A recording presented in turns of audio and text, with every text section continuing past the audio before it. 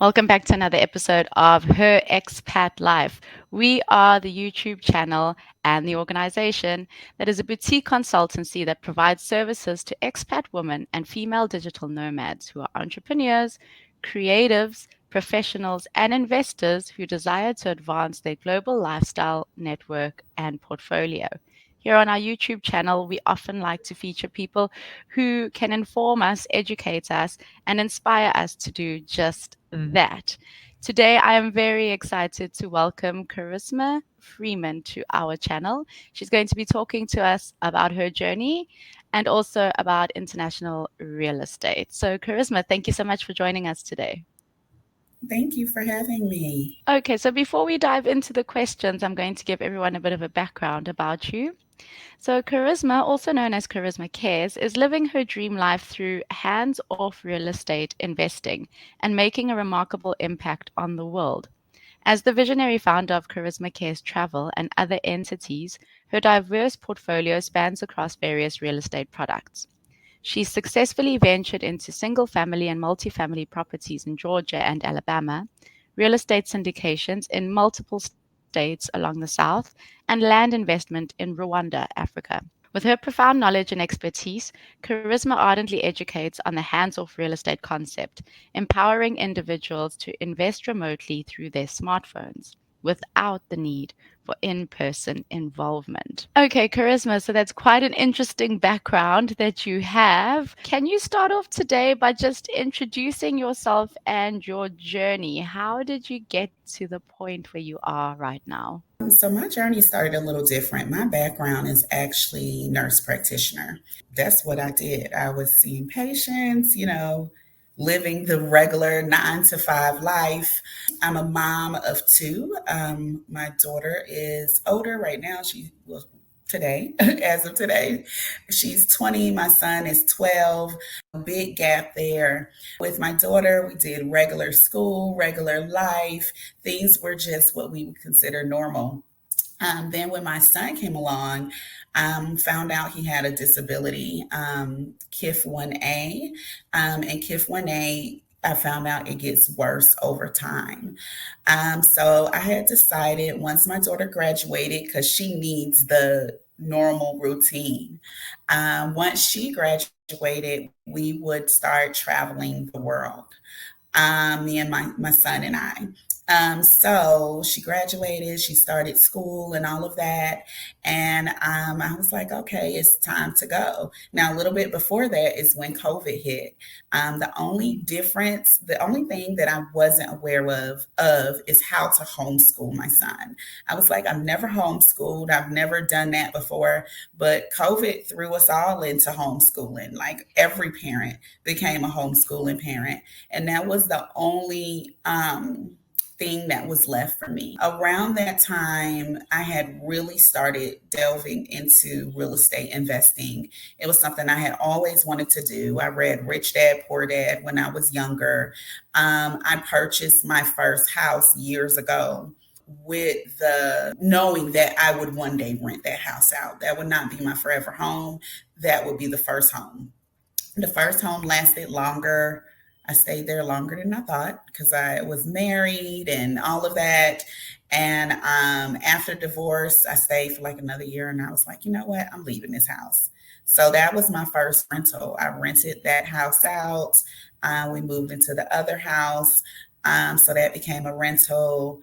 You throw in COVID, you throw in homeschooling, you throw in her graduation, and we started traveling the world. So during that span of maybe 4 years, I increased my rental portfolio more and more. And it went from being something on the side to being Mm. my full time job. If we call it a job, I really love it. That's an amazing story. So, a little bit unexpected, this turn of events, but life kind of put you on this path you're on now. Yes. Okay, so can you tell us a little bit more about your business, Charisma Cares Travel? I actually have three entities.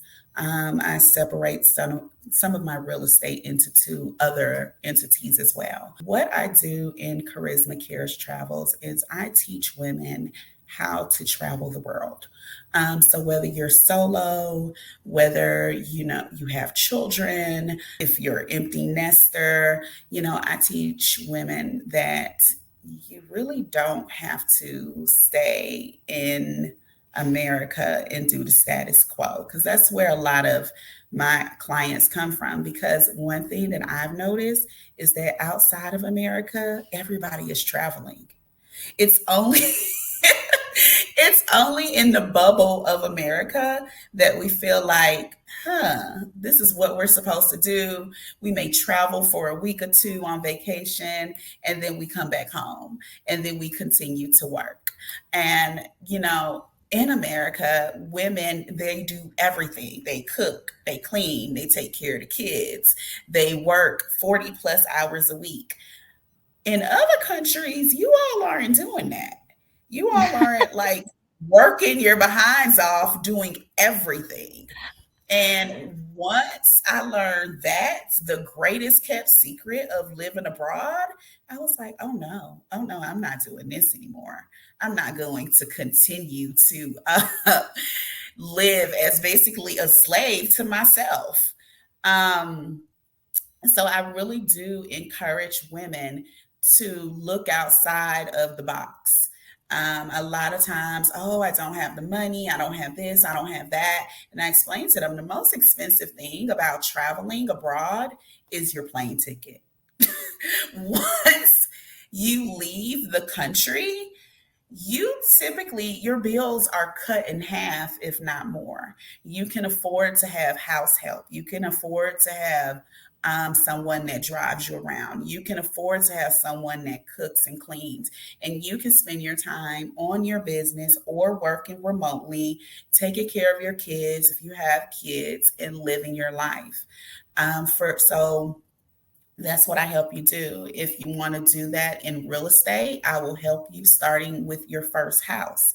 That first house can make a difference in you living in your country or you living abroad.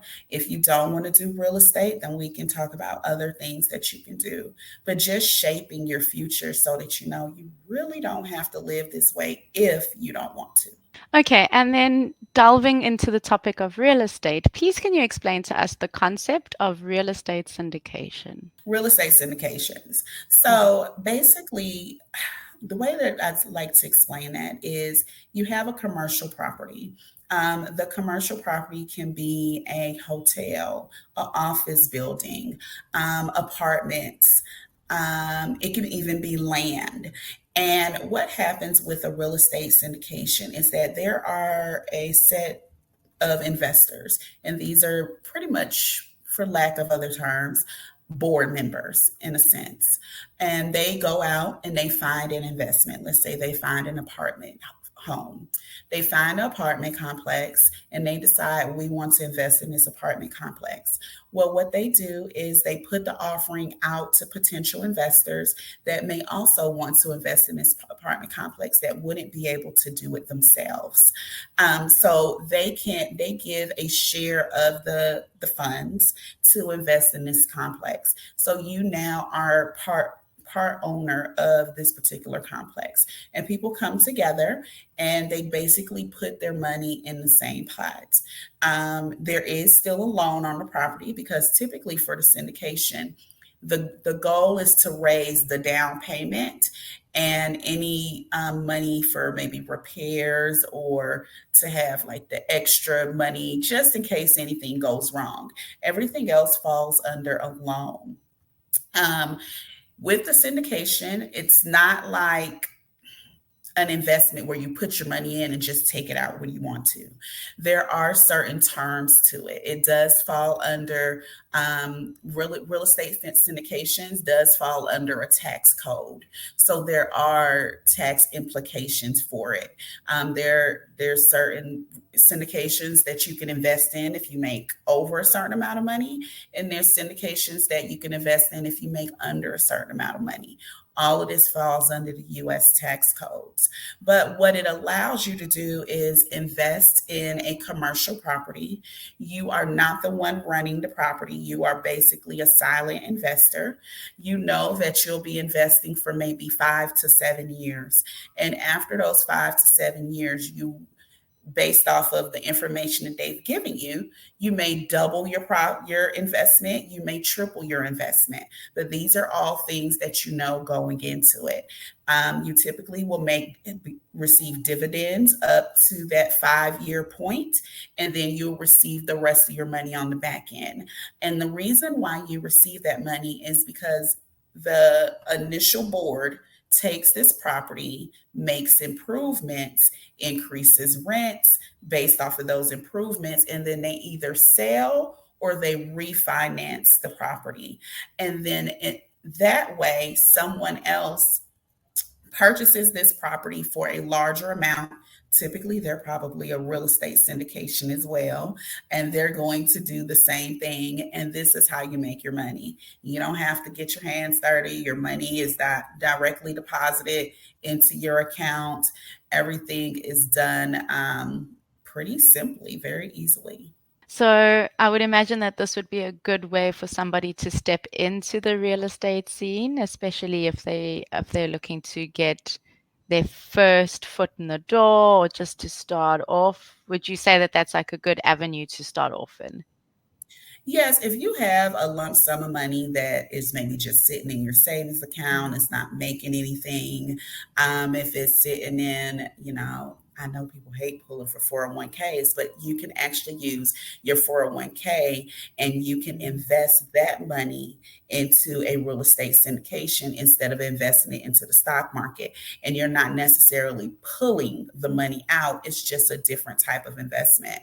So this is when you have that lump sum and you want to make more money off of it. You'll make more money in a real estate syndication in maybe 5 years. And some syndications are as little as 2 years. When you're looking at land, those are normally 1 or 2 years. So you can make more money in less time than you would just leaving it in the stock market, collecting about 7 to 8%. And that's in a good year. And as we know, lately, the Mm. stock market has not really produced too many good years. So with the real estate syndication, I actually have a course on my website. It's a self paced course that teaches you how to invest in it because it is a simple process, but you need to know what to look for. You need to know the red flags, all the different things that you need to know going into a syndication to decrease your liability because all investments are do have some level of liability and some level of risk. So it's the way to decrease that risk and make sure you know those things going in. Hmm. Charisma, tell us, how does your work aim to uplift and empower Black women, especially focused on the real estate sector? So, I'm just pro everybody. Like, I am just pro seeing women win, pro seeing Black women win. I think too often we have been left behind. Real estate is dominated by men. And we're just really, women in general are just really stepping on the scene. So my goal is to teach women to invest in real estate, teach women how to use their money to make money. Because the thing is, you already have assets. Most Black women in America that are at a certain level in life or at a certain age have the assets. We have degrees on top of degrees. We have the education, we have the house, we have the car, but we're not utilizing those things to make money for us. So my goal is to teach you how to use that and make that make you money. Take that house that you're paying mortgage on and allow it to make you thousands of dollars a month and use that same money and go live how you want to live. We no longer have to be the strong Black woman that works and takes care of everything and does everything. We can still be strong, but we can be strong sipping a Mai Tai on the beach. Like we really, I love that. we really, we can be strong with the pineapple in our hand. We can still be that person, but we don't have to be at fighting battles and living a hard life and, dealing with the harsh realities and being afraid to walk into a local Walmart or grocery store. We really don't have to do that. If we are, it's something that we choose, but we can always choose differently. So, I mean, I have a YouTube channel where I talk about just uplifting people and different topics that most people won't dare touch. I talk about everything. I don't care what it is. Anything. And, a lot of people are like, that was really helpful. That's something that I was really thinking about today. I've taken time to talk about perfectionism. Why do we feel like we need to be perfect? Why do we feel like we need to do this, that, and the other? It's these things that are ingrained in us, and we can make the changes. We can be whoever we want to be at whatever age we're at. I love that. I love that. So designing our lives the way we would like them Mhm. to be, as opposed to just fitting a mold or a narrative that's been predetermined for us. I love that. Exactly. Charisma, what challenges do you think women, and Black women in particular, face when investing in property, and what advice do you have for them? The biggest challenge that I've seen with my students, I like to ask them even before we start the coursework, is the education and trusting. A lot of times we don't know where to start. We don't know what questions to ask. And we don't know who to go to. There's not a lot of women that look like us in this real estate sector. A lot of times we're going to the men and, they're a little taken back. Even here, when I bought land and the second time I went to see the landowner said, "Oh, I'm so surprised you were able to find the land. Most women can't find it." And I'm like, "It's mine. I know exactly where it is." When you say here, just to clarify for people at home, you're meaning Rwanda, where you are at the moment, yeah? Yes, in Okay. Rwanda. Mhm. So yeah, I'm like, it's mine. Yes, I do know. So the thing is, I feel like internationally they expect women not to be educated on real estate. They expect us not to know things. It's the same way like when you take your car to the to get it fixed and they just assume you don't know anything. Well, you assume wrong because I took auto shop in high school. So I Mm. know enough. It's always about knowing enough not to be too dangerous. So my goal is to educate. On my channel, Charisma Cares Travels on YouTube, I educate women for free about real estate investing, just some of those tidbits. I have a Facebook group if people want to ask questions. I'm available if they, have questions. I'm always like, if you want to hide something, put it in a book. Pick up a book. I'm all for, I know people always say rich dad, poor dad, but I think that's like the Bible of real estate. That is where Mm. a lot of us got started. And get a mentor, get someone that you can trust. You can just start following them on social media. Everybody has social media. Um, Find out, the hardest thing is to go at it alone. When I first started, I would go to different groups and different meetups and learn all of these different things and just get as much knowledge as I could.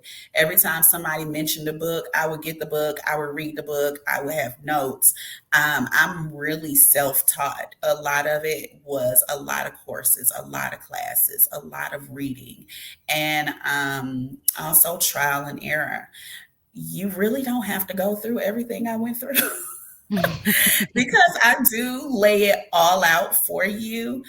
But I think that's the major thing. Make sure you get the education, but make sure you act on it because a lot of times we educate, educate, educate, and 10 years later, we're still educating. We're still learning. And at some point, you want to do something with that knowledge. Mhm, mhm. Okay, so we touched briefly on the fact that you are currently in Rwanda. So, can you tell us about your investments in Rwanda, how this project is developing, and why you chose Rwanda in particular to do this? So I'm gonna start with why I chose Rwanda. Mhm. So I met a friend on a traveling meetup for Black women. So I actually met her and we got to talking, and she was like, "Yeah, I bought some land in Rwanda," and I said, "Huh, Rwanda?" I'm like, "I don't know that I've really heard of Rwanda. Isn't that like where the genocide was?" And she was like, "Yeah, but they're developing, and I bought some land because this is where I want to retire." Da da da da da. And I was like, "Oh, okay." And she said, "Well, I can let you know how the experience goes." So, she started to talk about it a little bit. And then I looked up Rwanda. I looked up Rwanda and I found that first they were building a new international airport that would service Central Africa and East Africa. That is major. If you're not familiar with the geography, that includes Kenya, that's Tanzania, that's Uganda. Rwanda is right kind of in the middle. So, this major airport is actually going to be a hub. The thing about traveling in Africa is it's very expensive. And normally, when you lay over outside of Africa. So you will take a flight, and I'm sure you can attest to this. Yeah. My flight to Rwanda, I flew past Rwanda to Qatar, landed Yeah, in that's Qatar. normally how it happens. Qatar or Exactly. Dubai. And Yeah. then, yeah, and then flew back to Rwanda. It wasn't until after I was on the flight that I realized, why are we going past Rwanda? Well, there's not a lot of major international airports, even though we think of Kenya, South Africa as being major places. They're not really landing there. South Africa is on the tip. Yeah. Kenya is really kind of on the tip itself.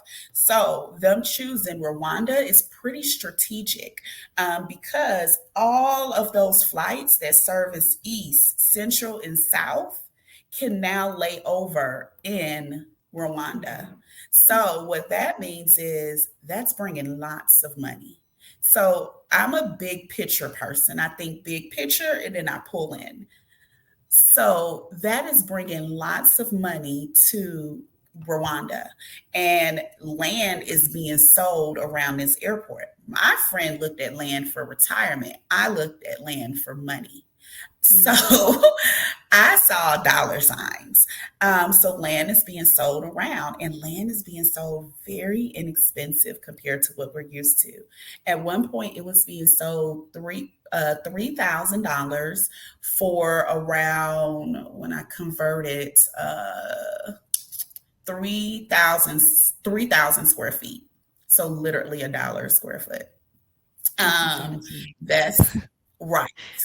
That's Wow. how much it was being sold for. We missed the 3,000. I missed the 3,000. You missed the 3,000. Okay, it's done.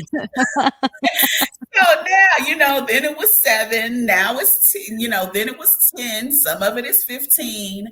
So, I mean, but when we think about it, it's still very inexpensive for land in an area that is going to be major. The airport is due to be built in the next 3 years. They had delays with COVID, and with anything you build, you have delays. The other thing that made me invest in Rwanda is, first, it's a woman run country. It's majority women. I think it's about 70% in parliament, women run. They have completely made a 360 from the genocide. Like, they have a convention center, they have a stadium. The stadium was built maybe 2 or 3 years ago, not long, no more than 5 years ago. They are literally building a larger stadium because that Mm. stadium is just not enough. They have the energy sector, they have the clean sector. They are looking at Singapore as the place to be, like, that you can't even bring plastic bags in Rwanda. They have a day every month where the local people come and clean up their city, their country, not Mm. just the city, the country of Rwanda. They have every other week a couple of hours where no cars are allowed to drive in certain areas. I see Rwanda as being a very, very progressive country. The thing is, I will say Africa is behind a lot of the world. But the good thing about that is when they're catching up at the speed of light. So when they're building and when they're bringing new things in, they're doing it very, very quickly because guess what? We've already done it. So it's just a matter of it being done here. So when I look at that, I'm like, jackpot. I'm like, this is an investment worth having. So I was supposed to go with my friend to Rwanda earlier this year, but I wasn't able to because of some medical things. So I went ahead and bought the land. I bought land sight unseen. I spoke with the landowner. I asked the questions I needed to ask, and I went ahead and bought the land. That land I bought earlier this year is now worth an additional $3,000 per plot. So that's how Wow. quickly this land is going up in price. And Mm. actually, my land plots are larger to the point that I can actually divide them into three plots instead of two. I can always sell one plot and literally pay off all of the plots. So Mm. it's really about being strategic, and that's how I look at investment. I'm actually in the midst of negotiation for another investment to do something even larger, but I can't go over what that is right now because I'm still in negotiation. But yeah, I'm looking at doing even more things here. This Mhm. is I've been to conferences here, and every African country is coming to Rwanda saying, how did you do this? Teach us how to Mm. do this. That is major. That is incredible. Tell us how difficult or how easy is it for a foreigner to invest in Rwanda or to buy property? So, Is it challenging or what are the regulations or are they pretty open to foreign investment? So they're pretty open to foreign investment. You have to remember this is a new country, so everything is always developing, which means things are changing. The good thing about Rwanda is they do have their website. They are making changes on a regular basis. You can literally go online right now and register a company and have your paperwork within 3 days from wherever you sit right now. So they're very much open to foreign investors. They actually encourage foreign investors to come in. But there are some hiccups. You know, this is not the West. And when I say the West, like US, South America, things like that. So things are sometimes move slowly, slower than what we're used to. So you can get it done, but it requires patience. Like there are hoops, there are new rules.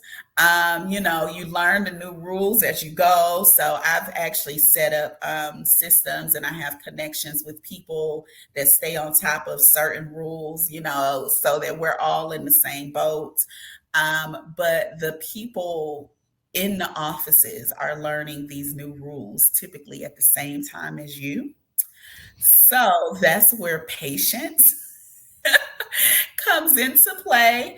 But as far as them allowing you, unlike other places, they definitely allow you to buy land. They definitely allow you to invest in the country. You do get more of a lease on land. Most people are not aware that in most countries, if you are a foreigner, you don't just buy the land forever. You actually get a lease on land, and you have to renew that lease. So Mm. here it's anywhere from, I've seen 25 to 49 years. And then at that point, you go on the website, you pay a nominal fee. I think right now it's under $100, way under 100. So it's not like it's major. And you Yeah. just renew your lease. But that's something that a lot of people don't know. When you buy land in any country that you're not a local, you're Mhm. typically lease on your land. So that is something I let people know of. And I've already let my daughter know on this date, Smart. you renew, right, you renew this land. It is actually in my will. You renew this land. That is smart. Yes. Yeah, So that's really smart. but they are more than open. You can even, as an American, you can get a visa up to 10 years very easily and for very little money compared to any other Mm, visa. So they're very open to foreign investors. I think they've now opened it up where anyone, any African descent can come without a visa for up to 30 days. So oh, very wow. progressive. I know. Yes. Yes, that's Mm, new. So very, very progressive and open for anyone, really. I love what Rwanda's doing, and I love that they are becoming this hub. I think it's really important. And like you said, so I'm originally from South Africa, and even though I'm not based in South Africa anymore, I still, one of my biggest frustrations is people's perception of Africa. People, especially who've never been, they really do have this backwards idea that Africa is stuck centuries ago, so far back in development. And people would be surprised if they actually just went to the continent. And yes, like you said, maybe still developing, but the rate is incredible. And it really is a hub of innovation. And so much is happening on the continent. So it makes me really, really happy to hear that Rwanda is stepping away from this idea of, oh, it's just the country that's known for the genocide and actually rebuilding Right. itself up. It makes me really happy to hear that. Yes, yes, definitely. Charisma, let's take it back to a little bit more about your journey. So, you are a single parent who is a world traveler, and as you mentioned, your son has special needs. How do you navigate your journey, and what advice would you give to single moms who would love to set up a global lifestyle but are intimidated by the idea? You know, I feel like I go where I'm led. Hmm. I know we all have this list of places we want to visit in this world, but I feel like I go where I'm led. I wondered if maybe we should go back to America and live there. But I think my son is just happy being with me. I don't think it really matters where we are. He assimilates very easily. Children are much more resilient than adults. And you'd be amazed that taking your child out of one environment and putting them in another environment sometimes just makes them more well rounded individuals. But I think that a lot of times we don't give kids enough credit. They are very resilient. And when you put them in different environments, they tend to thrive. The very first time I left was the hardest. I will tell you, the first time you leave is the hardest because you don't know what you don't know. You don't have the background. Everyone tells you that, oh my God, it's so dangerous. It doesn't matter where you're going, it's so dangerous, anywhere you go. It's not even like in certain countries, everywhere is so dangerous. And they can Yeah. find a million and one reasons why you should not go. So you deal with that. You also deal with the unknown. Maybe you've taken a trip there, but you've never lived there. So your first trip is the hardest. However, it is the most insightful. My first trip was Panama. And I'm thinking, oh my God, so not only do I have a child, but also I have a child with a disability. So I have suitcases, I have crutches, I have a wheelchair. Like I have all of these things that I'm traveling with. And there was a moment that I got to the airport to leave and it was around 4th of July. So this time I'm from Atlanta. That's my main place. So, and that Atlanta's the busiest airport. But internationally, it's rarely any people there. So this particular day, it's full, it's packed. Like, and I'm thinking, oh my God, I'm going to miss my flight. And I say, maybe it's a sign. Maybe I'm not. I tell my friend, it's a sign. Maybe I'm not supposed to go. Maybe this is crazy. Am I crazy for doing this? Like, who does this? Who just leaves their country and moves abroad?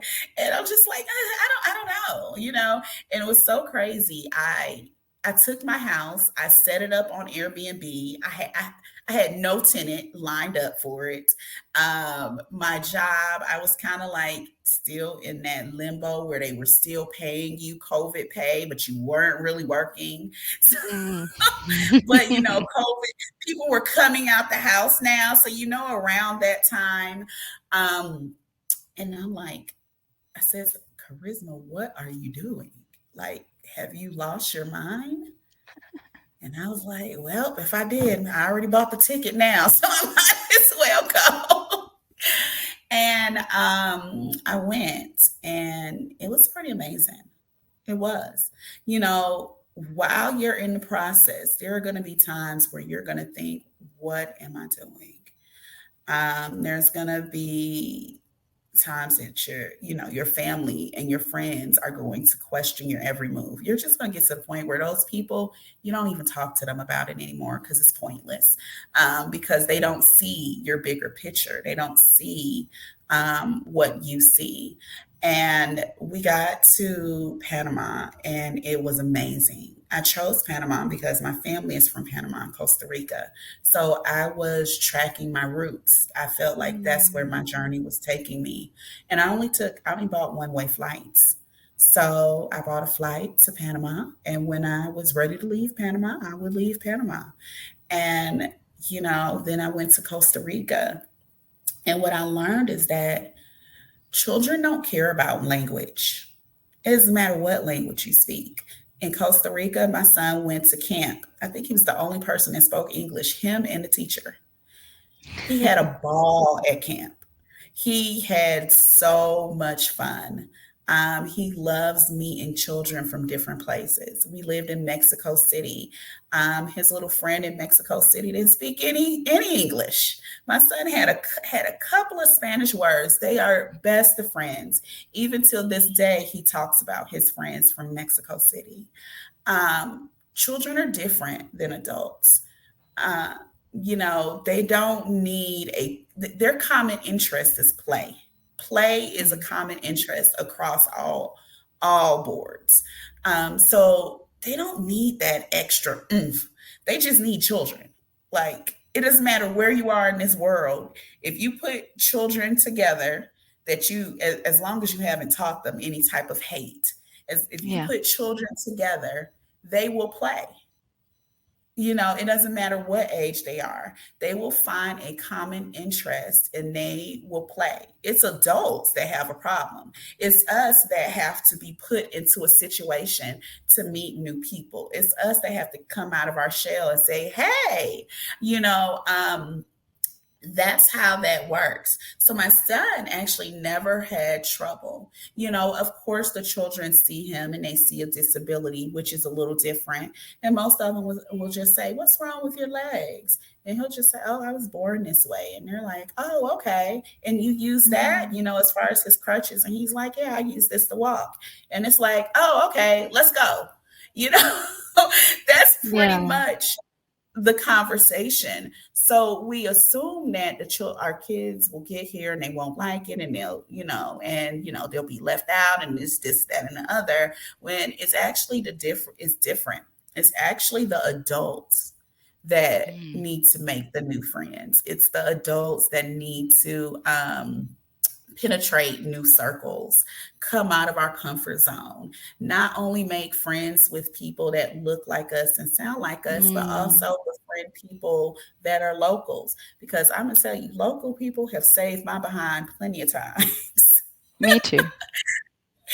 Yes. So that's the part that helps you in your Yeah. journey.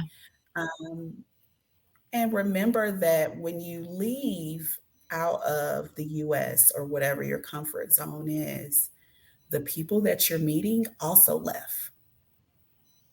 So these are people of the same mindset. or else they Mhm. wouldn't be there. Absolutely. I think a lot of times when you're first making that decision to take that big leap, you feel like the first person in the world who's ever done that, just because it's such a big, momentous thing for you. And once you've stepped out of your comfort zone, you realize how many people have done the same thing and how many people can relate to you on being the new person in the city, being a new person in the community, not understanding how things work, trying to learn a new language, trying to adapt to a new culture.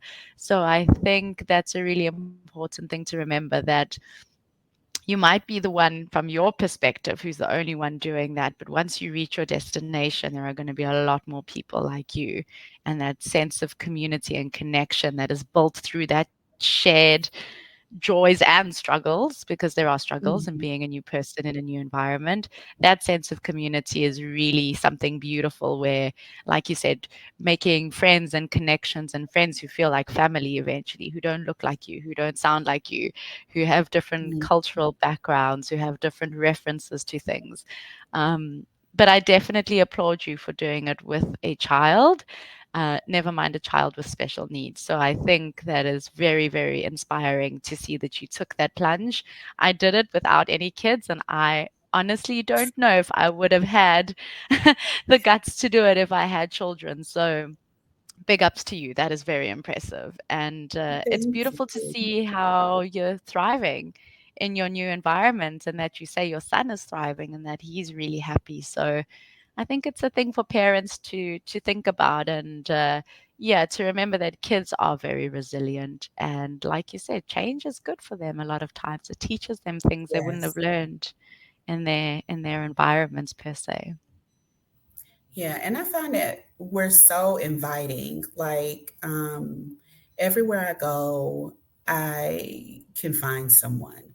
You know, you're in these Facebook groups, you're watching these Mm, YouTube channels, and I've even had people contact me on Facebook or Instagram, and they're like, "Hey, I see you in such and such. You know, can we meet up? Can we do coffee?" And I'm like, "Okay, sure."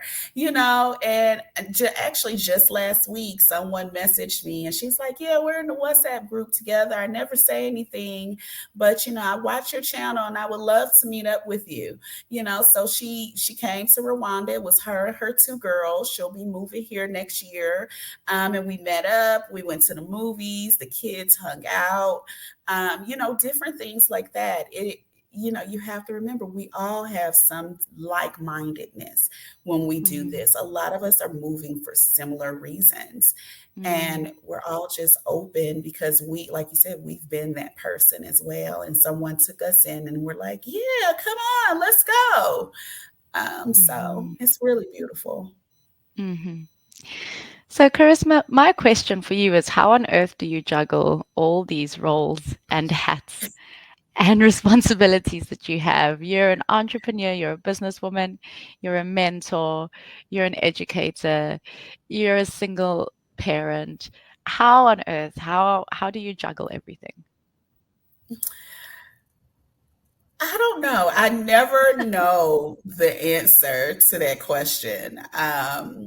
My friends say the same thing. When I meet new people, they say the same thing. I have a friend here from Sudan, and when he met me, he said, "You're just an amazing human." And I was like, "What?" It's like, "You're just an amazing human. Like, No. just," and I'm like, "I don't," I had to ask one of my friends, like, "I don't get it." And she said, "That's because you live your life. You just live it and you don't realize the things that you do." So in my mind, I'm just living my life. Mm, Here, I do have help. I have my nanny that helps with cooking and cleaning and dishes and laundry, all of those things I mhm, don't like to do. mhm, So I have my nanny. Wherever I go, I end up employing a nanny. And then, I mean, that helps me. I don't know. This is just what I do. I love investing in real estate. I was speaking to someone the other day and I was saying how I said, this must be how the people feel when they're like working is not a job because mm, I don't feel like it's a job. I love meeting up with brokers, looking at new properties, walking into a property and literally listing how this should be arranged and decorated and what I can do with it. Do I do a short term rental or a long term rental? Do I do a day to day? Walking land, taking, I do tours here where I actually take Mm, um, expats to see potential land or houses that they may want to buy. But all of those things I enjoy. I enjoy, sitting up late, looking at the contracts and looking at, the ideas and how to bring something new to the area. So I guess for me, I don't really see it as me working. The mm. most work I feel like I do is send emails and messages. I send a lot of emails and messages just to make sure properties in the states are moving smoothly and that property and then everything I have abroad is moving smoothly. I consider going back into healthcare. The last thing I did was psychiatry, and I love it. But I'm like, I don't think I could wake up at a certain time and work to a certain time and stop at a certain Mm, time. That would mm, drain my soul. It really but mm, this, I just love it. I love mentoring. I love speaking to other women. Even when I was in nursing, I was a nurse educator. I would precept oncoming nurses. That was just something that I've always enjoyed doing, was teaching other people how to do what it is that I do. So I don't know. It's all kind of fun for me. mm, To spread the word, teach, and be in real estate and partner with other people and team up and just do mm. something bigger than me. Well, I think there's a lesson in that that if you find your joy and you do what makes you happy and what makes you joyful, then it becomes easier. It's like you said, it's when work doesn't feel like work. I think that's a key difference in the quality of your life when you're waking up every day and you're excited for what your day is going to look like and what you're going to be doing, as opposed to, oh, it's a Monday and I've got a whole week to get through and counting down the days until the weekend. I think that's probably the most draining situation that a lot of people find themselves in. Yeah, because now that you say that, I don't even remember the last time I woke up and said, "Oh my God, it's a Monday." Yeah, exactly. Like I don't have a clue. And that's powerful stuff because I think, yeah, going back to what your friend said to you, not only are you living your life, but you're consciously living your life day to day, and you're not running away from tomorrow or waiting for the next fun thing to happen. It's you've created this life where you're enjoying every moment of your existence and your current state, and I think that's some powerful stuff.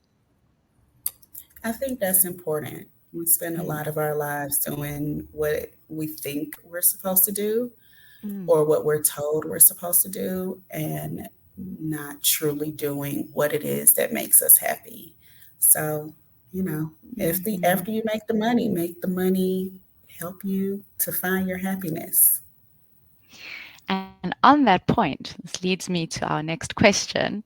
How did you find financial freedom, and what advice would you give to your younger self about money if you could go back in time? I feel like I've always been a big saver. I've always saved money and I've always known that I wanted to invest in real estate. My outside of the house that I mentioned, my first investment was $10,000 that I actually had saved up and invested in my first syndication. And from there, it just continued and continued. It's replenishing that pot. And I think a lot of it is just start saving. And while you're doing that, start receiving that education. Invest in yourself. I'm not saying go out here and invest $10,000 in one of these courses. No, I'm saying, take a small amount and invest in your education and your future, but also make sure you're saving. Make sure that everything that you have is not going through to the bills, is not going to, your duties. Make sure you're putting something away so that you have something to invest in, whether that's your 401k, whether it's real estate, whether it's, trading stocks, whatever it is that you really enjoy, make sure you put that away so that you can build something bigger. Because once you get to that number that will help you obtain something bigger, it's the first step. I think the hardest thing, I mean, we said it with travel, and I think it's the same with investing. The hardest thing is that first step, that first investment, that first thing that you do. And that's going to make the biggest difference. What would I say to my younger self? Do it. Do it now. And the reason why I Mm, say that is because I always remember when I was married, I wanted to buy a building to make a adult daycare. And my now ex-husband was not on board with it.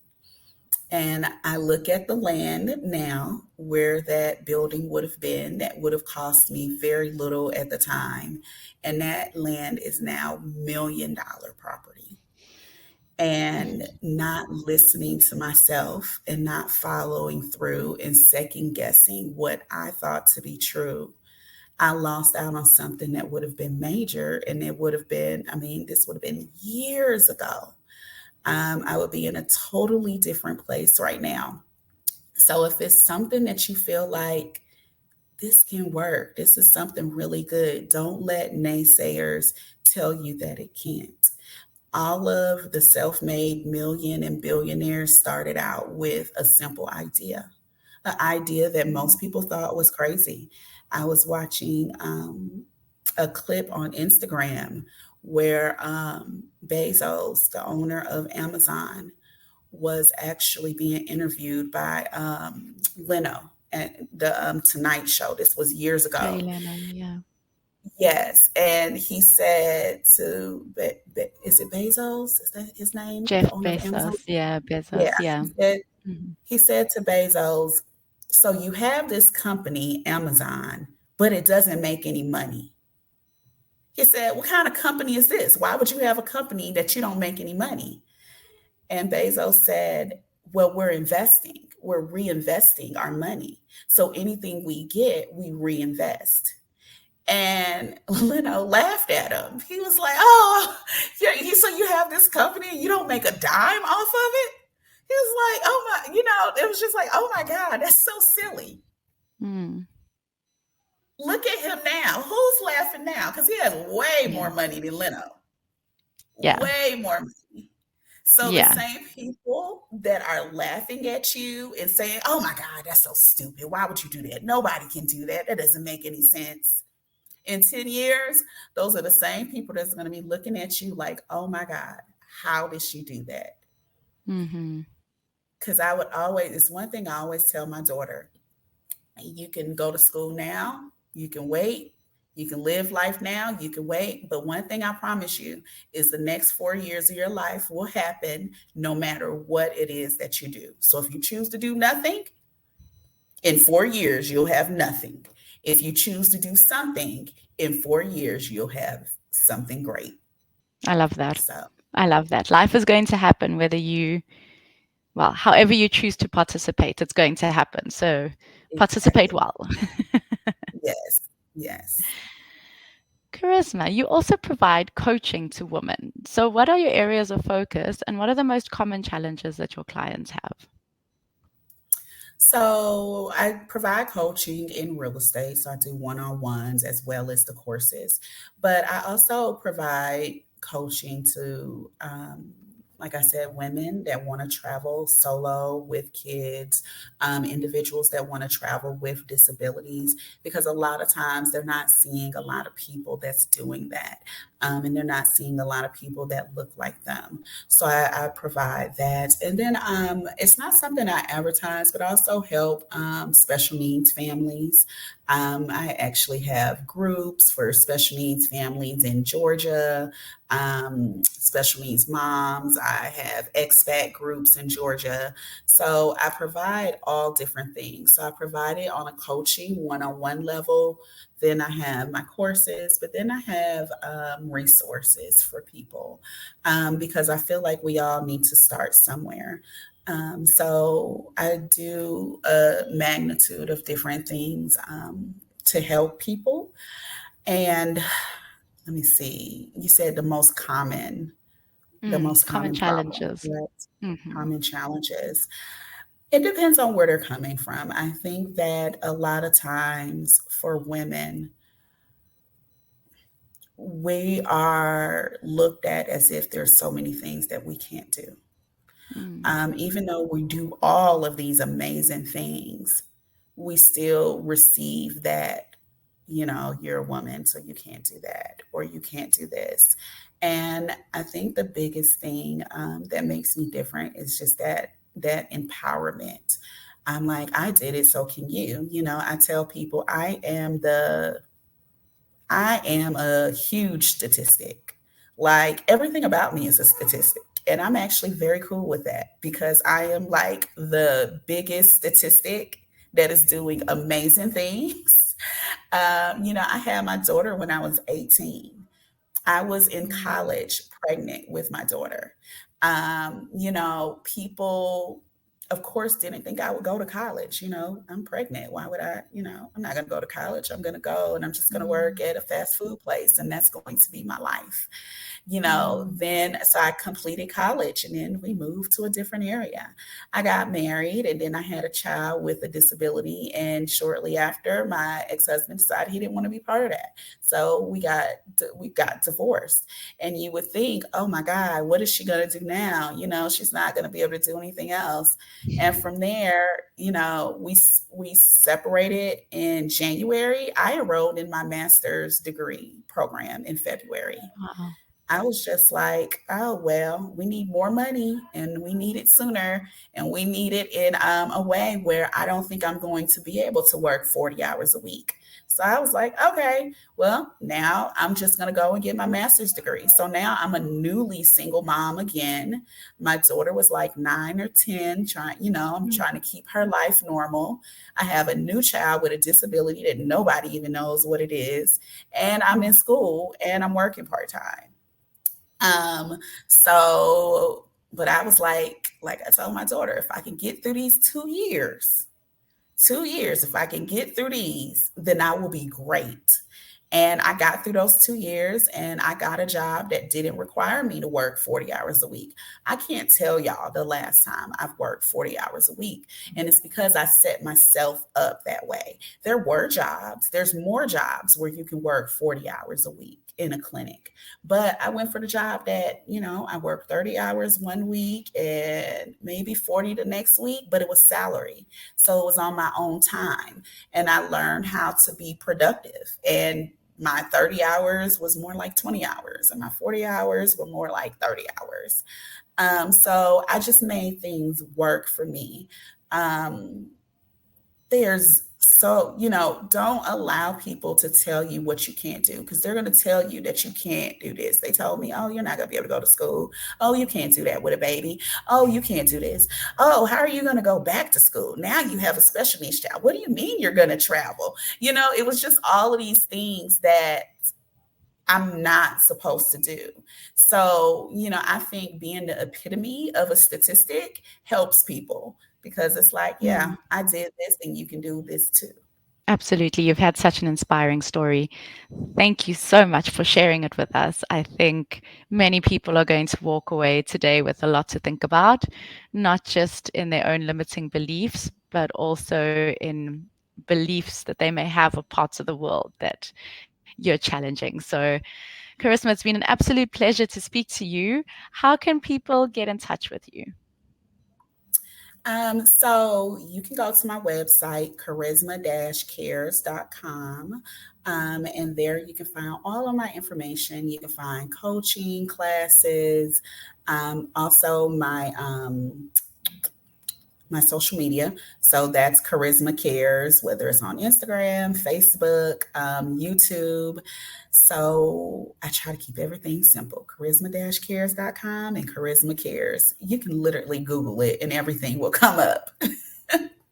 To make everybody's life easier, we'll also include all of your links and ways to connect to you in the description box. So we'll simplify things a bit for everyone. Yes.